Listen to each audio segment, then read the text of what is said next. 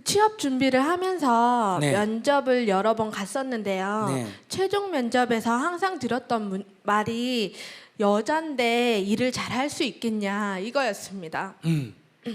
특히나 저는 그 엄마가 일찍 돌아가셔서 그 어떤 회장님께서는 엄마가 없기 때문에 당신은 더 취업하기가 힘들 거다. 그렇게 얘기를 하시면서 나중에 아기를 맡아줄 사람이 없기 때문에 당신은 위험하다 이렇게 말씀을 하시더라고요. 그 엄마가 있다는 것 자체가 하나의 스펙이 돼야 된다는 것에 되게 충격이 오더라고요.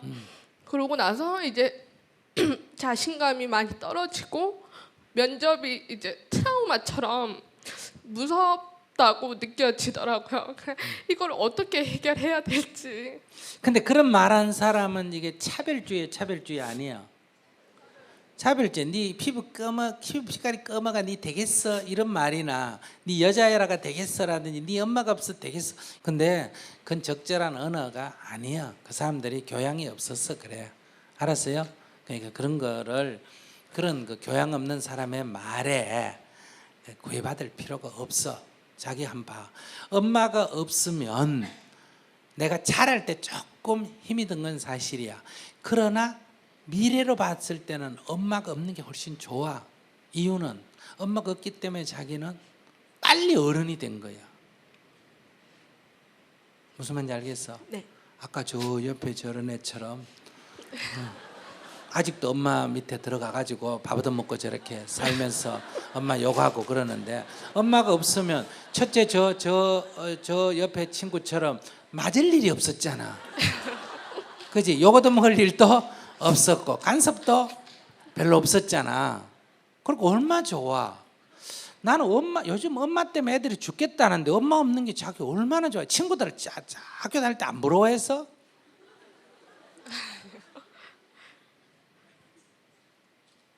그건 아니에요. 저 옆에 물어봐라. 엄마 없는 애들 안 부러웠어? 엄마 맨날 야단치고 그러면. 엄마 없는 게 부럽잖아. 엄마 없으면 야단도 안 칠 거고 잔소리도 안 할 거고 얼마 좋아. 그러니까 엄마 없는 게 좋은 면도 있어. 또 두 번째, 엄마가 없기 때문에 나는 어릴 때부터 밥도 하고 청소도 하고 훨씬 딴 사람보다 빨리 어른스러워졌어. 무슨 말인지 아시겠어요? 그래서 그 자기 장점이에요. 그럴 때 엄마가 없어가지고 뭐 하겠나 그러면 저는 엄마가 없어가지고 어릴 때부터 엄마 노릇을 했기 때문에 훨씬 더 잘합니다. 이렇게 얘기하면 되고, 뭐 아기를 봐줄 사람이 뭐 있겠나 이렇게 말하면 자기 지금 아기 뭐 놀지 안 놀지 지금 결정했나 보러. 무슨 말인지 알겠어? 그러니까 저는 뭐 결혼은 할지 안 할지 모르겠고 애는 뭐 아마 안 낳을 거예요. 그렇게 얘기하면 돼. 안 그러면 뭐 그래도 아기 낳으면 아기 없고 잘할 거예요. 이러면 돼. 그럼 뭐 그런 말에 신경 써. 근데 항상 면접에서 임원 면접, 최종 면접에서 항상 여자라는 그 공장에서 일을 해야 되기 때문에 여자가 많이 없는 게 사실이긴 한데 그게 항상 여자라는 것 자체만으로 이게 걸림돌처럼 되더라고요. 그게 그 남자가 저뿐만 많은데 아니라- 자기가 들어가려니까 그런 그 뭐예요 핸디캡을 갖고 들어가야지. 네, 그걸 어떻게? 근데 그거를 이제 여자라서 잘할 수 있다라는 걸 저는 충분히 잘할 수 있는데 그거를 어떻게 보여드려야 될지 모르겠더라고요. 항상. 보여줄 수 없지 그거는. 해봐야 알지. 그럼 이렇게 말하면 되지. 일단 한번 시켜보세요. 해보고 마음에 안 들면 그러면 한 3개월 수습 사원으로 한번 넣어보세요. 해보면 되죠. 뭐 이런 얘기하면 되잖아. 당장 정식 사원을 뽑아라 그러지 말고 그렇게 못 믿으시겠거든. 나는 잘할 수 있다고 생각하는데 당신이 그렇게 못 믿겠으면 그러면 3개월 수습 사원으로 그럼 채용해서 검토해보고 선발하시면 될 거 아니에요. 이렇게 얘기하면 되지 뭘. 알겠습니다. 또 물어봐. 내가 다 대답해 줄게. 그리고 또 그 엄마가 없다고 그렇게 질문하신 회장님께서 저한테 던지신 첫 질문이 그 아버지가 혼자 계신데 왜 혼자 재혼을 안 하시고 왜 혼자 계시냐고 그걸 저한테 첫 질문으로 물어보시더라고요. 그 우리 아버지가 저한테 물어보세요. 그러면 되지.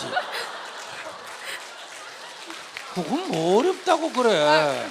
그래서 뭐라 이게 대답은 그거는 아버지 인생이라서 제가 관여할 문제는 아닌 것 같다 이렇게 말씀을 하셨는데 뭐 철이 안 들었나? 왜 아버지 재혼을 안 시켰지? 이렇게 얘기를 하시더라고요. 근데 그 뭐 기분 나빠할 건 없지만 근데 그런 회사에 뭐 때문에 들어가려 그러니? 야, 네, 그런 그래서 인간 저도- 밑에 가서 뭐 그런 개인 프라이버시를 질문하는 거는 면접에서 못하게 돼 있잖아, 그지? 그건 자기가 여자이기 때문에 그런 것도 아니고 엄마가 안 계시기 때문에 그런 것도 아니고 그 인간이 수준 이하라서 그래. 자기가 만약에 엄마가 계시면 그 인간은 그거 말고 또 딴 걸로 또 시비를 해. 무슨 말인지 알겠어? 무슨 말인지 알아? 그러니까 엄마 때문에 오는 문제는 아니야. 네, 알겠습니다. 니는 왜 눈이 뭐 그렇게 뭐 까만지 떴는지 구분이 안 되나 하든지 니는 왜 눈이 동그라나 그러든지 그런 사람은 뭐든지 이렇게 찔러 보는 거야.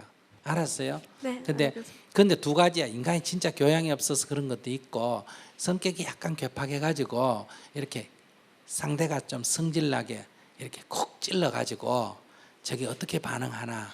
세상 살려면 사실 힘들어요, 어려워요. 힘드니까 이게 이겨낼 수 있겠나 이렇게 쿡 남의 약점이든 뭐든 찔러 보는 거예요. 이렇게 좀 비인간적으로. 그랬을 때 자기가 웃으면서 네, 뭐 여자라서 좀 모자라는 면도 있겠죠. 근데 뭐 한번 해봐야 알겠어요. 이렇게 넉넉하게 대답을 할 때, 팩 해가지고 이런 것보다 넉넉하게 대답할 때 오히려 점수를 딸 수도 있어.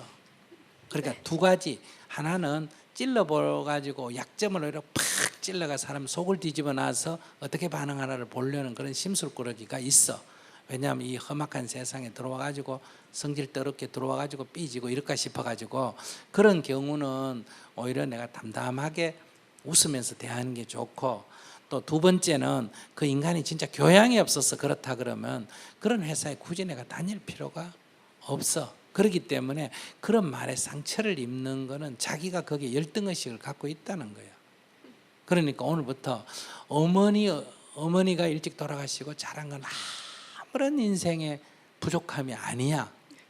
설령 아버지가 누군지도 모르고 내가 엄마가 어떤 남자하고 하룻밤 자고 나서 내가 태어나서 자랐다 하더라도 나는 내 출생에 대해서 털끝만큼도 열등의식을 가질 필요가 없어. 무슨 말인지 아시겠어요? 네. 그러니까 그거는 태어남에 의해서 오는 게 아니라 지금 내가 어떠냐에 따라서 그렇게 평가를 한다 이 말이에요. 그러니까 자기가 아주 당당하게 이렇게 자라면 어머니 없이 자라서 오히려 일찍 엄마로서 해서 쟤는 당당하구나 이렇게 평가를 하고 자기가 찔찔 짤고 울고 이러면 사람들이 뭐 그렇겠냐 엄마 없이 자라는 저게 아직도 어린애 같은 짓을 한다 거꾸로 이렇게 평가하는 거야. 그는 사람들이 현대를 두고 그런 평가 기준을 갖고 오는 거지 존재 자체는 어떤 존재도 좋은 것도 없고 나쁜 것도 없어. 무슨 말인지 아시겠어요? 네. 그러니까 내가 뭐 어떤 상태에서 태어났던 어떤 상태에서 자랐던 그거를 자기가 열등하게 생각할 필요가 없어. 그건 세상 사람의 다만 편견이야. 무슨 말인지 아시겠어요? 그러니까 다시는 그런 것에 그럼 웃으면서 얘기해야지. 그걸 떨어지는 건 내가 열등의식이 있다는 거야. 그러니까 얼마나 자기가 당당하냐가 중요하지 남의 말은 중요한. 세상 사람은 늘 자기 식대로 말을 하는 거예요. 이렇게 말하고 저렇게 말하고 키가 크면 무슨 대나무처럼 크기만 희청한 게 이러고 작으면 짱딸막한 게 이러고 뚱뚱하면 또 뭐 절구통 같다 그러고 또 홀쭉하면 또 제랍 같다 그러고 다 자기 표현대로 한단 말이에요. 그걸 다 따질 필요는 없어. 어떻게 이 세상 사람의 생각을 다 단속하고 입단속을 내가 다 하겠어. 그들 입 달렸다고 다 그들대로 짓걸리고 머리 있다고 그들대로 생각을 하는데 그러니까 거기에서 내가 이게 바람직하지 않다 하면 그건 딱 얘기해야 돼. 그런 말씀은 그건 아무리 면접이지만은 무슨 말인지 알겠어? 그런 말씀은 개인 프라이버시를 침해하는 말씀입니다. 이렇게 딱 얘기할 수도 있고 그 회사에 그 취직하고 안 하고 그건 전전할 필요가 없다는 거야. 정당한 회사라야 내가 들어가서 일만 하지. 그런 회사는 오라 그래도 어때요? 내가 안 간다면 그렇다고 팩 털어져 가지고 에이 뭐 그런 말을 하냐고 이래도 그건 내 성질만 더러운 거야. 그럴 때는 자기가 정당하게 사장님, 회장님, 아무리 면접이지만은 그런 개인 프라이버시에 대해서 비하하는 말은 썩 바람직한 상황은 아니네요. 이렇게 딱 얘기하면 돼. 그럼 그 사람이 기분 나빠 쫙 꺼버리면 그 사람이 나를 끊는 게 아니라 내가 그런 회사는 오라 그래도 안 가는 거지. 내가 잘린 게 아니란 말이에요. 아시겠어요? 그렇게 네. 좀 당당해져. 네, 감사합니다.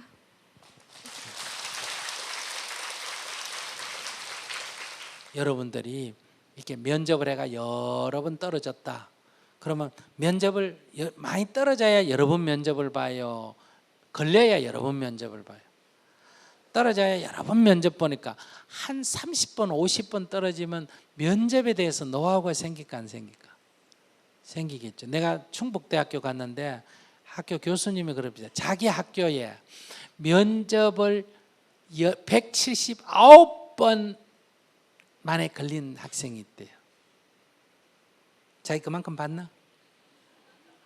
근데 그럼 그 정도 떨어졌으면 그 학생은 면접에 대해서 노하우가 있을까 없을까?